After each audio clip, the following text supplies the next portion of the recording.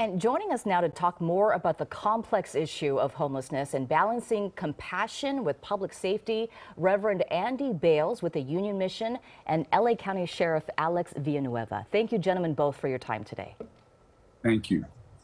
Sheriff Villanueva, we'll start with you. How do you balance the rights of the homeless, who have next to nothing to their name, with those of people who actually own or rent their homes, who feel they can no longer use their parks or feel safe on their own street? Well, I think it's the obligation of local government to regulate public space, and public space is just that. It belongs to the entire public.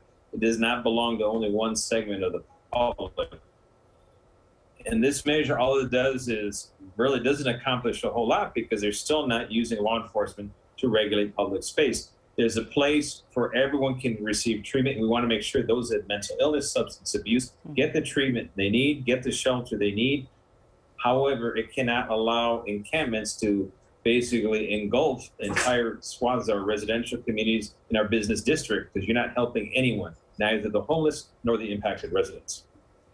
Well, Andy, we have to ask you, are there any signs that we're moving in the right direction and tackling the homeless crisis here in Southern California? I mean, it's a large problem. Yes, and I've been crying out for a FEMA-like approach of getting everybody shelter and housing. And as you know, federal judge David Carter has mandated to the city and the county to provide a place for everybody on Skid Row.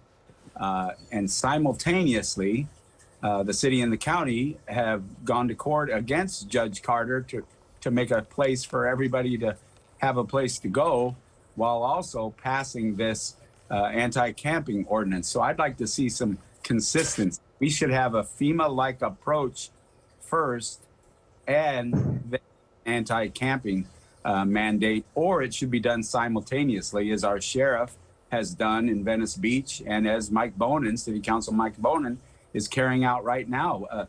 When you sweep people, there's nowhere to sweep anybody to, so it either has to happen first that you provide the shelter and housing, or you need to do it in conjunction.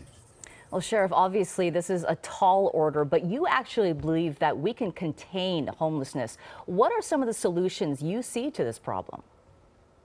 Well, one is that all the community, their elected members that represent the community, need to come together and decide where are the safe campgrounds, where are the safe RV parking designated locations. We have over 1,300 empty properties between the city and the county of LA, all over the county.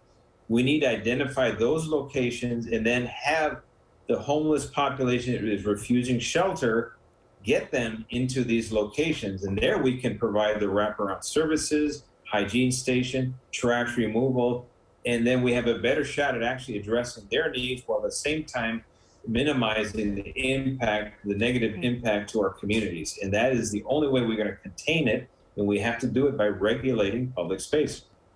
But not everyone wants to go to a shelter or a designated spot. So, Andy, how do we solve the problem of those who just simply refuse to go to a shelter or take advantage of some of the new housing that's being built for the homeless?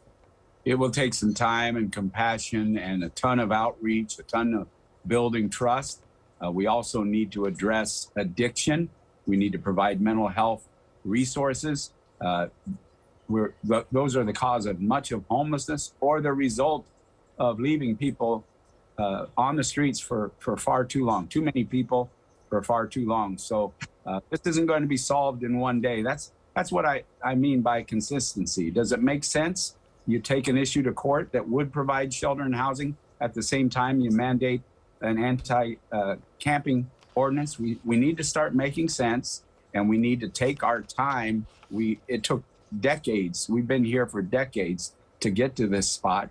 And now it's time to take a compassionate, caring approach and get people, as Sheriff mentioned, to the spot they need to get to. It's going to take triage and a long-term approach. It's not going to be solved overnight like we like to do everything in Los Angeles.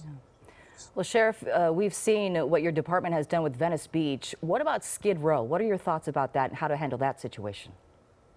Well, I think the outreach effort that we've been doing on Venice Beach, we're going to have to continue that in other places. But we're learning. We're learning what is the capacity of the city to work collaboratively with county entities, with the Sheriff's Department, with LAPD. We're learning how the relationship between city councils and local law enforcement, for example, LAPD in the different districts, how it varies district to district. And then we're learning the resources that are available, both on the private sector, the public sector, the 501c3s, all these different organizations that can lend a helping hand. And when we start working collaboratively, great things can happen. Our only resistance has been actually the city of LA. And so I think we can overcome that when people realize, hey, let's get the job done. At the end of the day, just like Andy says, it's going to take a long process, and we have to start pushing all in the same direction instead of against each other. Very true. Very true. Thank you so much. Andy Bales and Sheriff Villanueva, this is such an important and challenging issue. And we're going to take a quick break, but both of you are sticking around. We're going to talk a little more about how housing and how to help the homeless. Thank you so much. Well, we are continuing our discussion on the challenges of easing Southern California's homeless crisis. That's right. And joining us live once again are LA County Sheriff Alex Villanueva and the Reverend Andy Bales with the Union Mission. Thanks again for joining us, gentlemen. Now, we know that you both want to end homelessness in LA, and there seems to be a way that you could perhaps work together, because it seems like you're on kind of opposite ends. But do you think that you could actually work together? Absolutely. We've been working together.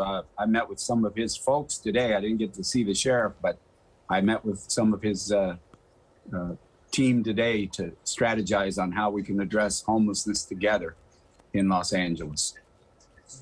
Oh, by all means, our homeless outreach service team relies on good people like Andy Bales, the Union Rescue Mission, the Salvation Army, Bell Center for homeless veterans.